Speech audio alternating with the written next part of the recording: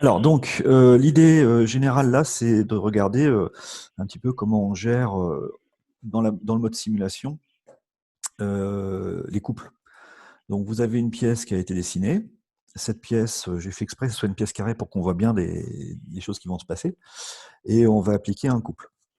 Alors, le problème en mode simulation, c'est qu'attention, quand on va sélectionner une face, l'action mécanique va s'exercer sur toute la face. Donc, on n'oublie pas ce qu'on a vu la dernière fois où on pouvait découper les faces si on avait besoin. Donc là, je vais faire une nouvelle étude. Donc je laisse tout par défaut. Je vais dire que la partie arrière est fixe. Voilà. Castré, en fait.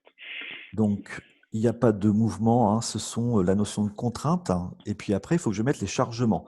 Donc on a vu qu'on pouvait mettre des forces et que les forces, on pouvait les mettre par rapport à des coordonnées, hein, ce qui est assez pratique pour nous. Mais quand vous mettez des forces, vous pouvez les mettre suivant des vecteurs, normal et une face, etc. Mais nous, c'est les composantes qui sont assez pratiques pour nous, puisqu'on a des composantes qui nous sont données par Dynamic Designer. On peut mettre des pressions, on peut mettre des chargements supérieurs, mais nous, ce qui va surtout nous intéresser, c'est la notion de couple, le moment.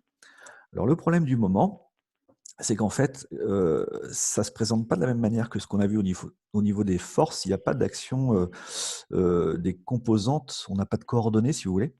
Et donc, moi, je vais appliquer le couple, je décide de l'appliquer sur cette face-là. Et on a le compas du mode synchrone qui apparaît.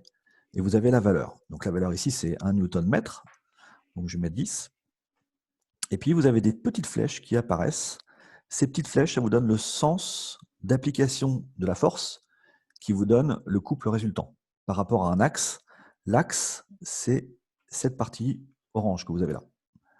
Vous voyez, si je le déplace et que je le mets ici, on n'a pas la même. Les efforts, entre guillemets, tournent autour de l'axe. Le problème, c'est que moi, je voudrais que, l'action mécanique soit une action mécanique qui soit pile sur l'axe de ma pièce. Et le problème, c'est que là, j'arrive pas. Je déplace en sélection la petite boule bleue, je déplace, et je n'arrive pas à le mettre pile au milieu de la pièce. Vous voyez, là, ici, mon axe, il est sur cette arête-là, et les efforts sont suivant les flèches, ce qui fait que je ne vais pas avoir exactement ce que moi je veux. Donc, si vous voulez placer un couple, en premier lieu, il faut savoir quel est l'axe d'application du couple. Le plus simple, c'est de préparer son travail. Et je vais faire une esquisse. Alors là, vous êtes sur le plan, c'est le plan qui est le plan symétrique de la pièce. Et je vais tracer une esquisse. Voilà ma première esquisse. Et je vais en tracer tout de suite une autre. Elle me servira juste après.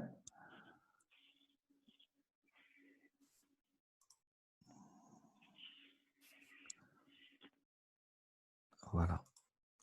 Et donc maintenant, je repars en mode simulation pour mettre en place un couple. Le couple s'appuie bien sur cette face-là. Mais maintenant, l'axe du couple, je vais pouvoir mettre sur le trait, l'esquisse que j'ai placé. Et vous voyez bien ce qui se passe au niveau des flèches. Les flèches exercent un effort autour de cet axe. Attention, le couple qu'on a ici, il fait tourner la pièce du sens Z vers Y. Donc c'est un couple positif ou négatif? Je peux dire, pardon. Ouais, vas-y, tu as le droit. Les autres aussi, mais C'est indirect, donc c'est négatif. oui. Alors il y a quelqu'un qui a posé une question, mais je vois pas la Ah, attends, conversation. Ah voilà. Euh, excuse. Bon, Ouais, c'est bon, c'est pour son aspirateur. Ok. d'accord. Donc, si vous voulez aller dans le sens direct, donc de Y vers Z, c'est possible. Le plus simple, c'est de mettre un moins devant le 10. Voilà. Donc maintenant, on est bien dans le sens direct. On tourne. Donc, je vais lancer les calculs. Donc là, je valide. Et puis, je vais. Alors, le maillage, je vais laisser par défaut. On ne va pas avoir un gros maillage. Moi, ce qui m'intéresse, c'est surtout l'allure. Et qu'est-ce qui va se passer quand la poutre va se déformer?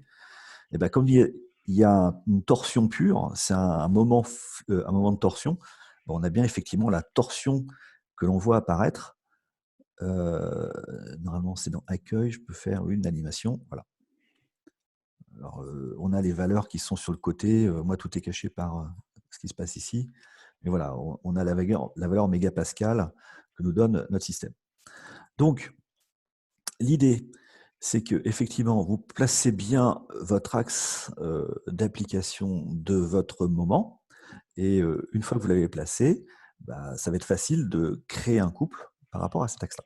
Alors, qu'est-ce qui va se passer maintenant si, au lieu de prendre cet axe, je vais prendre l'axe vertical? Donc, je vais me placer dans quelle configuration? Donc là, je vais dans Simulation.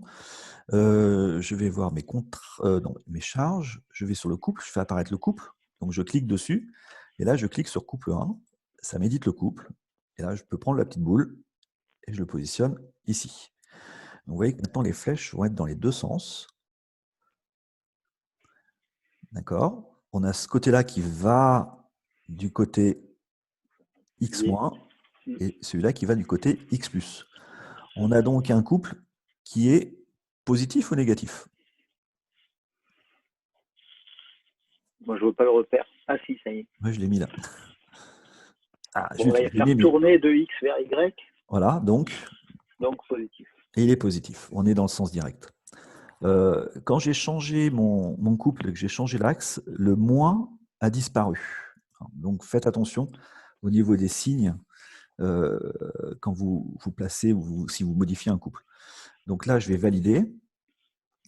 Et puis, qu'est-ce qui va se passer? Qu'est-ce qu'on a mis comme sollicitation dans la poutre? Tout à l'heure, on avait mis de la torsion pure. Et maintenant, c'est-à-dire qu'il n'y a que de la torsion. Il n'y avait rien d'autre. Et là, qu'est-ce qu'on a mis comme sollicitation? Alors, traction-compression pour Adrien. Est-ce qu'il y a d'autres réponses?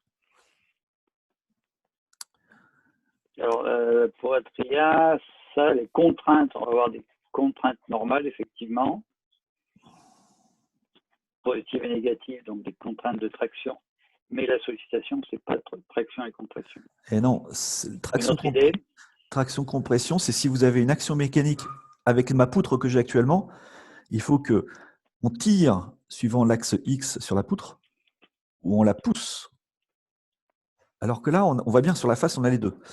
Donc tranchant, On essaie de faire tourner. Ah non. tranchant, c'est pas bon. Alors, Cisaillement, cisaillement non c'est plus. pas bon non plus. Cisaillement et tranchant, c'est vous avez une action mécanique qui essaye de couper la pièce, comme si on voulait la couper. Alors, attends, Et ben voilà, donc il ne reste plus que celui-là. Merci Zachary. Fléchissement. Donc c'est et la, du coup, c'est de la flexion. flexion pure parce qu'on n'a pas du tout d'effort. On n'a pas d'effort, on n'a qu'un couple. Voilà. Donc, il n'y a pas d'effort tranchant, donc ça s'appelle la flexion pure. Et le résultat, on va le voir. Donc vous allez voir, on essaye de faire tourner la poutre.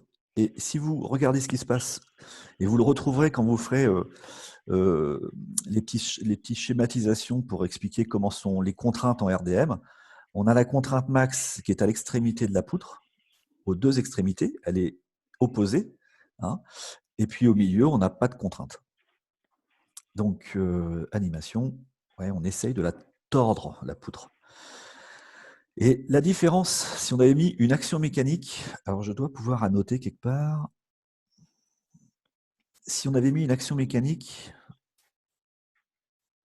là, uniquement suivant cette direction-là, ouais. Si on avait mis une action mécanique uniquement ici sans le moment, on aurait eu quoi? On aurait eu du cisaillement et de la flexion. Alors que là, on n'a pas du tout de cisaillement. Alors, vous noterez que les contraintes sont d'autant plus grandes qu'on s'éloigne du plan de symétrie. Voilà. Hop, là, vous voyez les deux faces, c'est là où les contraintes sont les plus grandes. Et au centre, la contrainte est nulle. Voilà.